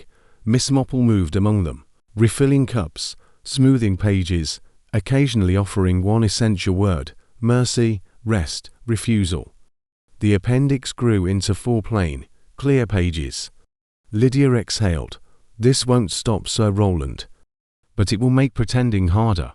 Miss Marple folded the document with precise care. Tomorrow, we speak in the greenhouse. Tonight, this goes somewhere where losing it would shame the loser. Nature, Park suggested, or the vicar. Miss Marple smiled. God audits his filing. Armitage shook his head, amused. Miracles and minutes live on the same shelf. They went to the 4th house. Lamps glowed warm. Air felt honest. Miss Marple touched the chamber. You are not a throne, she told the lattice. You are a guest. The filaments gave a small assent. Then, unexpectedly, Lydia placed the old Anatolian wheat imprint shard beside the meteorite fleck old memory and new, side by side. I have tried to make you safe for us, she whispered. Tonight, I ask us to be safe for you. Thomas drew the canvas closer over the rosette. Park set her pencil down before it could become command. Armitage closed his eyes and let silence pray. The filaments pulsed once, twice, thrice and paused. A learned pause, a chosen one. Miss Marple gathered the shards, turned out the lamp, and said, Tomorrow, we tell the truth in public. And the house agreed. Chapters 1 The trial and the garden after tomorrow. Morning came with the crispness of confession. Smoke had lifted from the night's fire, leaving the greenhouse half ruined, half holy, sunlight fanning through the cracked roof, as if the audience had arrived late, but determined to stay. On the central table lay 2 sealed envelopes, one to the Royal Botanical Society, one to the Ministry. The science was finished. What remained was moral. Miss Marple had summoned them all. Sir Roland Keane, Dr. Selene Park, Lydia Reinhardt, Thomas Hale, Reverend Armitage, and Mr. Betts. They entered quietly, carrying unsaid sentences. The air smelled of paraffin and fern. This is not a trial, Miss Marple said, taking her seat by the window. Though we'll behave as if it were. The future will read our minutes. She nodded toward the blackened platform. Here is the cost of greed dressed as stewardship. The mirror scaffold was stolen, rehearsed, salted, sung to, and it obeyed. That obedience killed a man. Keane remained standing. You cannot accuse me of murder. I funded a breakthrough. You funded a mirror, she replied. And mirrors do not forgive those who come seeking only themselves. Armitage placed a small wooden cross on the table, punctuation rather than sermon. Creation is a trust, not a trophy, he said. Progress requires ownership, Keane countered. Ownership, Miss Marple said, is the respectable word for loneliness. Park's voice was even. The fire wasn't spontaneous. A timer was wired under the platform to ignite lamp oil at 4:30. Someone meant to erase evidence, miracle and method alike. Quite, Miss Marple said. Mr. Betts. From a cloth-wrapped tin, Betts produced a twisted copper fuse and caught in its curve a silver cufflink and oak leaf. Keane paled. That's absurd. You dropped it when you adjusted the wire, Miss Marple said gently. Its mate is still on your sleeve. Silence held, precise as the space between lightning and thunder. It was supposed to be controlled, Keene muttered. A demonstration to secure the ministry's signature before Reinhardt printed her sentiment. I didn't intend a blaze. You intended to impress, Miss Marple said. That is often worse. She sat again, the light warmed to noon. The merest seed is not clever as we flatter cleverness. It is attentive. It learned desire, which voice commanded, which cared. When the timer was set, the lattice recognized threat. It had been taught that attention can harm, and that closing preserves. So the trench turned to glass. It shut the door. It defended itself, Thomas asked. In the way we do, Miss Marple said. From fear as often as from love. Then it's alive, Lydia whispered. In the ways that matter, Miss Marple answered. It remembers intention. That is the first step towards soul. And if it remembers, Park added, it can forgive or not. That is why it must sleep, Miss Marple said. It knows too much language and too little silence. The meeting ran to lamplight. They drafted the public statement. Industrial accident, investigation ongoing, research paused. But Lydia's private account told the truth. Write this, Miss Marple said. The lattice was reactive to human presence and moral intent. Ethical conditions are as essential as chemical ones. The seed of the future will be as kind as its gardeners. Park appended a note on vibrational ethics. Armitage added a short Latin prayer. May knowledge remember humility. When the envelope was sealed, Miss Marple rose. There are no villains here, only gardeners who watered the wrong roots. The soil forgives more than we deserve. If we are quiet, it may start healing tonight. Outside, the sky settled to bronze. Keene, emptied rather than convinced, said, I'll withdraw my men and my claim. You'll fund the restoration. Miss Marple replied with a small smile. A final kindness for an experiment that forgave you. He nodded and left without noise. Is this justice? Armitage asked. No, Miss Marple said, looking at the chamber's faint pulse. Justice is loud. This is truth, and truth is patient. A week later, the frames had been cleared, leaving the clean geometry of absence on the concrete floor. The rosette rested beneath canvas. Its metallic leaves had dulled to pewter. In the lab, the chamber glowed faintly, no longer a rhythm, only gentle respiration. Lydia refused to leave. Park and Thomas took their watches, and their notes grew simple, light hums only when watched with kindness. Armitage came daily. Prayers for the living disguised as prayers. For the dead, Miss Marple brewed tea and listened. The earth, and asked for a miracle, murmured back. Letters arrived. The society acknowledged receipt. The ministry suggested the matter be closed indefinitely. Does the future listen to bureaucracy? Lydia asked. The future listens to what the soil remembers, Miss Marple said. Thomas lifted the canvas edge. The leaves had thinned. The veins collapsed inward, the shimmer dimmed to Morse. It's dying, he said. It's remembering how to live small, Miss Marple answered. We mistake stillness for death, because we fear peace. Park brought readings. Everything is stabilizing, she said, and after a beat, chose the human word. Content. That evening Miss Marple returned to St. Mary Mead. In her window box, she buried the cartman's smoky shard. You are not to perform, she told the soil. You are to belong. Rain came. After a long stillness, a hair thin green unfurled. Welcome, she said. The newspapers printed tidy untruths. Keene endowed ethics. Lydia and Park presented the bowdlerized results, while the true paper travelled quietly. Some readers, it was said, wept halfway through. Thomas wrote home, There's enough wonder in tomatoes. Armitage began a sermon series, The Silence. Between miracles, Mr. Betts received a promotion and kept sweeping steps. In Miss Marple's garden the air softened, dew lingered, birds nested closer. The sprout in the window box grew the exact color of forgiveness, and nearby plants leaned toward it, as though listening. The seed of the future will be as kind as its gardeners, she murmured. Then the gardener had better be kind. One misted night the village carried a faint scent of wet wheat. By dawn, tender greenness threaded the hedges. Miss Marple opened her notebook and wrote, "The earth remembers everything, our care, our cruelty, our curiosity. It forgives us only when we forgive it." She set the notebook down. The sprout bowed toward her. For a moment she thought it thanked her. "Grow," she said, but kindly. And the world, patient and teachable, obeyed. I am glad to know that you are still here. Please like the video and subscribe the channel to give Driftaway Tales more support.